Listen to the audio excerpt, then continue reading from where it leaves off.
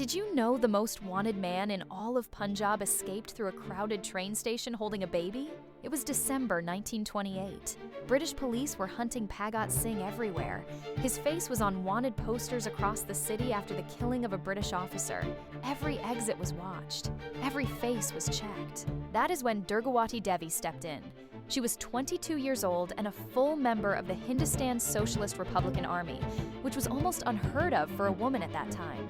She dressed Bhagat Singh as her British husband, handed him her infant son to carry, and walked calmly beside him through Lahore station while police searched the platform just below. He sat in a first-class compartment. He looked like a family man on a routine trip, and he walked free. Bhagat Singh became a legend. Streets, films, and history books carry his name.